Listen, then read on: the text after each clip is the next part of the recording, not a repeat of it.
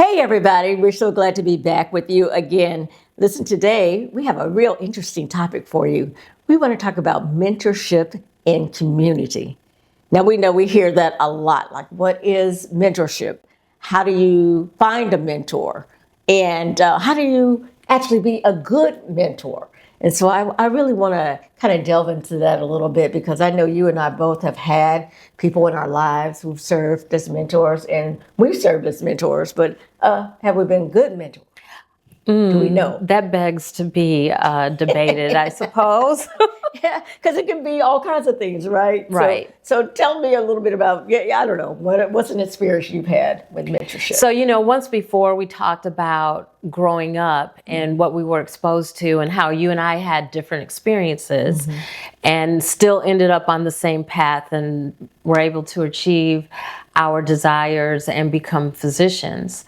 Now that I am in this role in the community, I am one of two Black females in private practice in the city where I work, which being in Atlanta, a lot of people would say, what, only two? Yes, there's only two.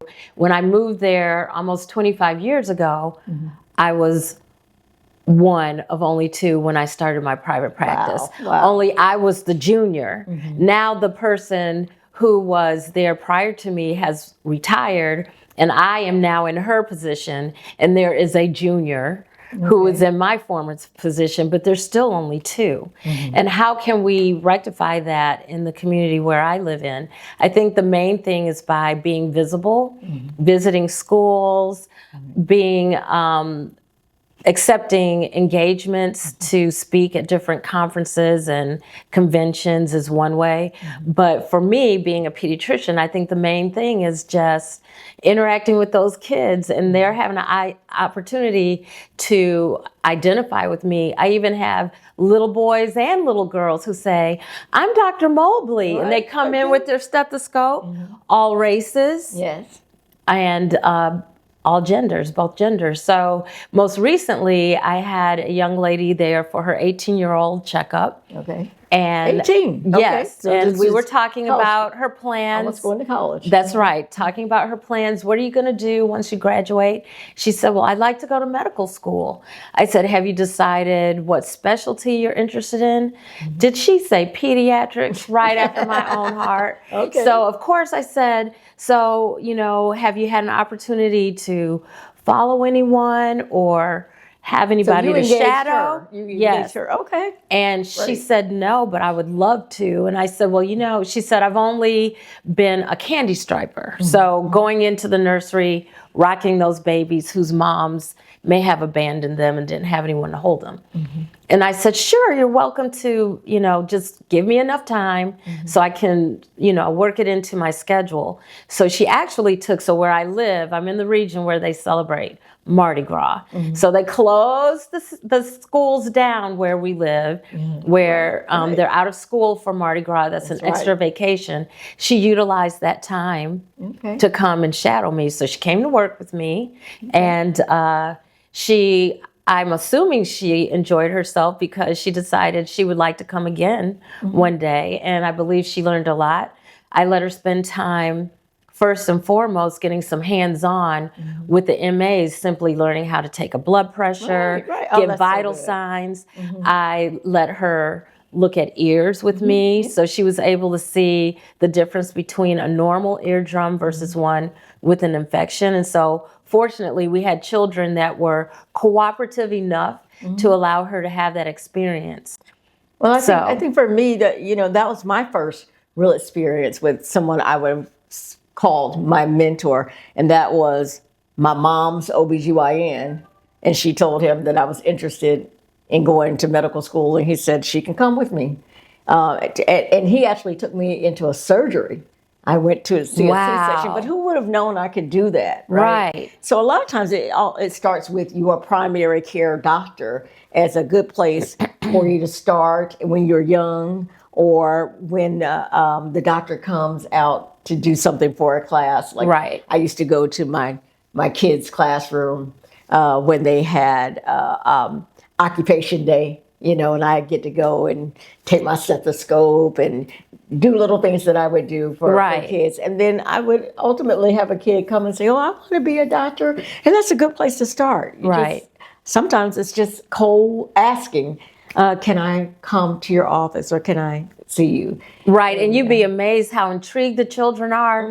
I've had an opportunity to do that as well, go into classrooms of like 4, 5, and 6-year-olds, and I take all of my equipment, allow them to pass it around so they can see this is nothing scary, and maybe that'll change their experience when they go for their checkups. Yes, I used to have them, I would get my my coat, and I would go in and I would have them put on the coat. And they were the doctor, and so I would ask questions, and I would say, Doctor so and so, can you ask I don't know what the question might be, but can we find out what the blood pressure is of this person? Or I might ask a question. Well, you're the doctor for today. You ask a question, and then I would have them pass the coat. Now you pass it to another doctor. And they all took turns. Yeah, and they all took turns doing that. And whether they wanted to be a doctor or not, they were a doctor that day. That day, doctor for a day. Yeah, so, we mentor in so many ways by exposing kids and adults. And like you said, a young lady who's ready to go to college and really trying to make a decision. And now she has something that she did that helps her solidify, yes, that's what I really want to do. And let me tell you what else I was able to do. So she shared with me, I said, so what are your plans? Do you have a timetable? She said, well, I'm not going to name any specific institutions, but she was planning to go to a 2-year, like a junior college before. And so I asked her why. She said, well, so I can get my prereqs, and then I want to transfer to this other 4-year institution. And I asked her why, and she said someone had come to their school and did, a little presentation, and that's what they advised all the students to do. It was to help with finances and things of that. And I said, well, so the other benefit, I said, so that's one benefit, but I said also I have actually encountered individuals who have gone to school for other careers, be it nursing or what have you. They've tried that route. When they transfer to the next university, those credits don't count. And she wasn't aware of that. So I said, listen, if you know what you're interested in, go ahead and apply to those institutions that you want to graduate from ultimately, and go from there and just start out where you want to be. Yeah, and there's so many ways to do that. And she's right, you can, I'm finding out more and more as we know, school is getting more and more expensive. So we do have to try to juggle these alternate ways to do it. And but certainly you've got to make sure if you're going to junior college for a couple of years that what you're doing is going to transfer. Definitely. So there's a lot of nuances to it. So you make good utilization of your time. But again, we talk about mentorship with us. Certainly, you need mentorship in your schools, counselors who know a little bit about what the road is to medicine. We can tell you what to do once you get here, but the road to it is important as well. Right. Now tell me your experience in, I know you talked about being a mentor for this young lady, but did you have an occasion where someone mentored you? So I just want to tell you this. I just tagged someone last night to be my mentor. I don't even know. At this age? Yeah, I don't even know if I actually asked her. I just said, oh my gosh. I said, you can mentor me as I go through all of this.